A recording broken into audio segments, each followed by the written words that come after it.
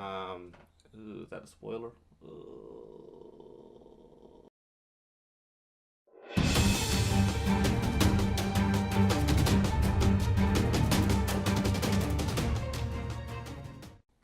Hey guys, welcome back to Absolutely Misunderstood. I'm your host, Marcus Nartatez.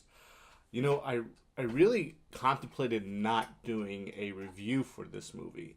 Not because I didn't like it, obviously. Spoiler alert. The only spoiler you will get, I love this movie. Uh, but it's just a lot to take in. Oh my gosh.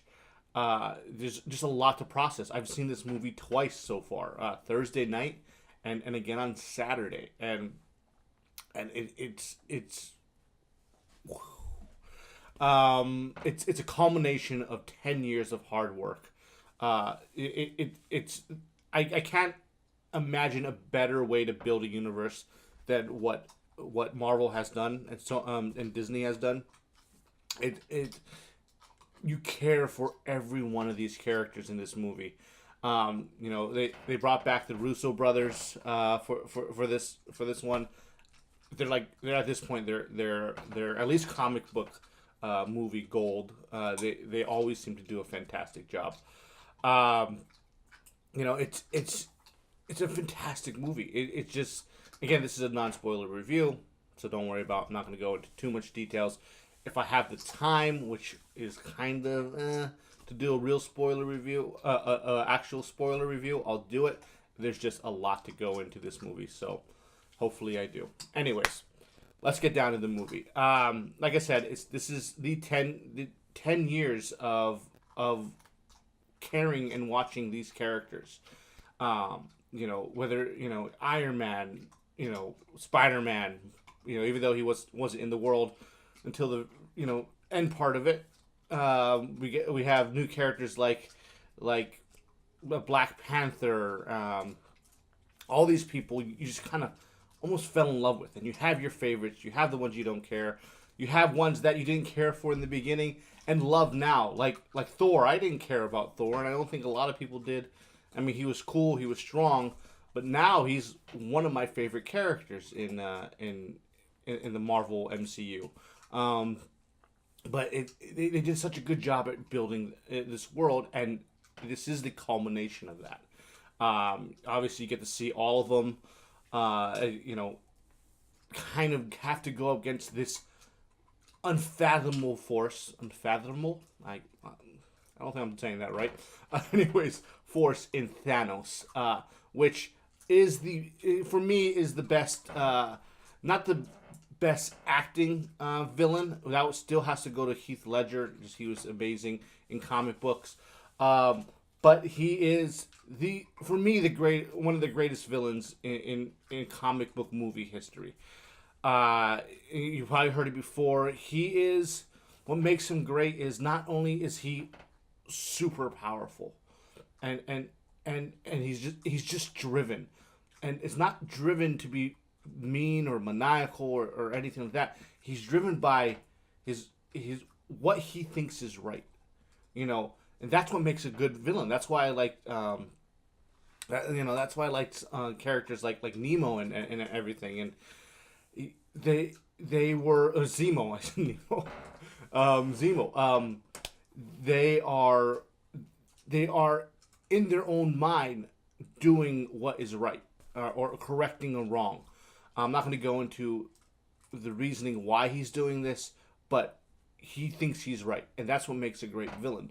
There are actually some points where he's speaking, and I'm like, he doesn't not make sense. He's going about it the wrong way, but he doesn't not make sense, if that makes sense. Anyways, but yeah, it is definitely, as you may have heard, a Thanos movie. He is kind of the star. He has the most screen time, as you could probably imagine, because he's the only villain with about 40 different heroes going against, so he would get the most screen time. But Brolin did a fantastic job. His almost calming voice is very eerie, eerie to me. But Again, just fantastic. Um, you know, someone asked me the other day, do I need to see the other movies to understand? Yes. This is not all the time you have to do that. This is a movie where you need to see certain movies to understand the just not even understand what's going on, but just get the feel and the importance of what's going on. If that makes sense. You definitely have to see. I would say most of the origin stories. You have to see, the previously Avengers. Definitely Civil War. Anything in the past, I would say second half, maybe a little less, maybe 3 4 years of movies you have to see, just to kind of get an idea of what you're watching. So definitely all the origins and the second half of the MCU if you don't want to watch them all, which I would be surprised if anyone hasn't seen any. Anyways, there are some criticism. It's well, let's go back. Let's not start with bad.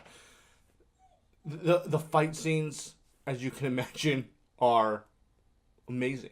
They're all over the place. It's just one big brawl. There is storyline. It's not just the fighting movie, but it's just whether it be fighting Thanos or fighting Thanos' henchmen. Every battle was almost like almost like the battle of in Civil War when they did the sorry, my dog is in the background whining. She got surgery and she has a cone on and she hates life. But the airport scene in Civil War, almost every battle was that. Like you didn't want it to stop, and it was on such a grand scale. You're watching several of your heroes fighting, and a lot of times losing. Actually, they didn't kick ass all the time, but yes, the action was great.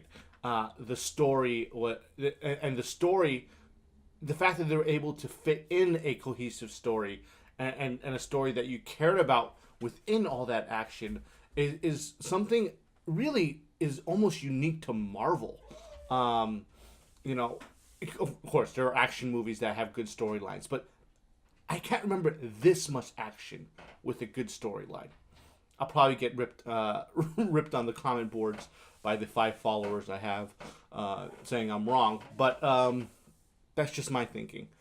Now, kind of the small negatives that go into this is that you do have to see all the a lot of the previous movies to really get a grasp of what's going on. Um, it's okay, girl. You're right. Sorry. You do have to you do have to see that. Um, Sometimes the world is so big and there is so much characters that you're kind of jumping back and forth, which is why it's probably a movie you want to see a couple times. There's I'm pretty good at recalling movies and remembering what happened in my head. You know, this one there was just so much going on, so many different storylines that it bordered on the line of too much, but never really went over that. So I don't know if that's a negative, but it is what it is. I wouldn't argue someone who said there was too much going on. I wouldn't argue that point. What else?